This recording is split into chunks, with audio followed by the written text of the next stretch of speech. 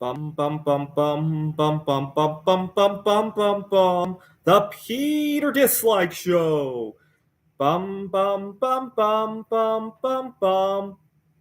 So I'm recording this in mid-September of 2024, and just yesterday, the Federal Reserve cut interest rates by a good 50 basis points. We were expecting a 25 basis points cut, and usually this heralds the beginning of a recession, right? In 2001, we began interest rate cuts in January, and so it wasn't until March that the recession began. And it wasn't until later that year that we realized that we were in a recession, right? Usually we only discover we were in a recession, right? It's very seldom that somebody says recession begins today or even last month, right? So this is apparently a sign that the beginning is here. In 2007, we had cut interest rates before the recession.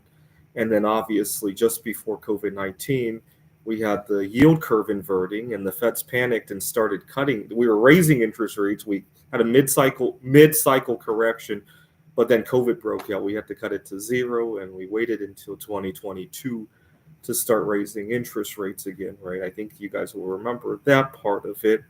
But I think it could do some good, and here's why. I think too many people are too comfortable with not only their lives, but their belief systems. Because I was recently, I talk about where I work right now. I teach at a community college, and these people are very accommodating to me, right? I have food allergies and all that, and various dietary restrictions that I use to control my autism. And these people are very open to that. But at the same breath that they're being open to that and inviting me to their homes, right? I had a colleague who invited me to her home. She had a party there. She still felt the need in front of other guests to ask me what I could eat, what she could prepare for me. And, I'm very well versed in this song and dance now. I tell her, it's very personal. Let's try to enjoy things other than food. Right. And she had a hard time digesting that concept, I want to say. I mean, granted, she had good intentions, but a difficult time digesting that concept. And so what do I mean by the concept? Well, a lot of people think that people with dietary restrictions are a burden on everybody else. I want you to think about that for a moment and try to flip the script around. We could also say that people who insist on social events revolving around food are a huge burden on those who need to watch their diet, right?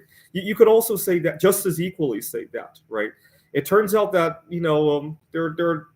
well, you might say, well, more people like to have food. No, here's the problem. There's a small subset of people who insist on having their favorite food whenever they want to, right? I would say that's a pretty small, hopefully that's a relatively small segment of the population, right?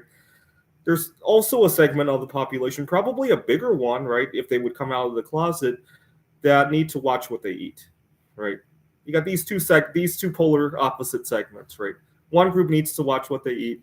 The other insists on eating whatever they want, whenever, having it intersect with their social life. They insist on it, right? The vast majority of people don't care either way, right? It's kind of like our elections, right? You got staunch Republicans, staunch Democrats, and people who could be swayed either way, right? That's why there's so much campaigning going on, right? And so you really have two different views, right? And I think too many people are fixated with how they view issues like this, right? About the gay marriage and solo sexual marriage, even, right? Why it's,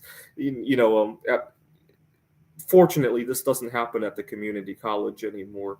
But I had to turn down a job a few months ago because they have this policy. I will never take another job that has such a policy of allowing colleagues to donate their vacation time to other colleagues. And so I worked at jobs like that before. It never turns out well. People think that I'm single, I don't have kids to take care of.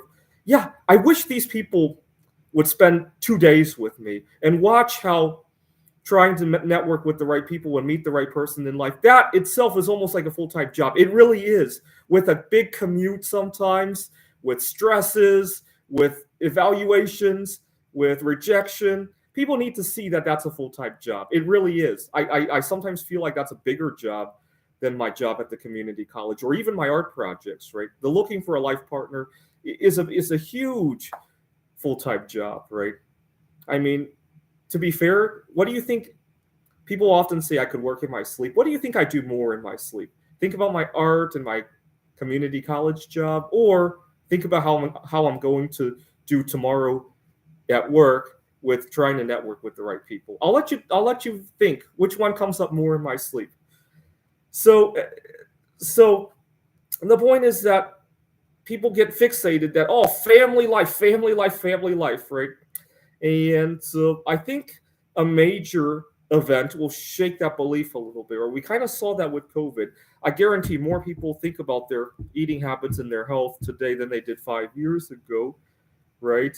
And so I think it's a very dangerous concept to be too comfortable where you are. It really is. It really is. It pains me to see people who get too comfortable, right? Not to say we shouldn't enjoy life, but we should always keep an eye open on what else is possible, right? And so I'm hoping a recession will. And plus, history has shown that recessions actually save lives, right? The Great Depression apparently increased our life expectancy by. You could see life expectancy slope up throughout history, and then during the Great Depression, there was this big step function. I invite you to look at that, right? And you could also see that we quickly recovered from the loss of life expectancy from the Spanish flu. And so, that's a sore topic for me. People talk about how many years COVID shaved off of the life expectancy, but you do the math, it doesn't make any sense. We got a population of 300 some million. COVID has killed a million of them, and the average age that people die of COVID is well into your 50s, your 60s, 70s. Even if a million people lost their entire life, right, at zero, right, they were newborns, you still wouldn't lose years of life expectancy, right?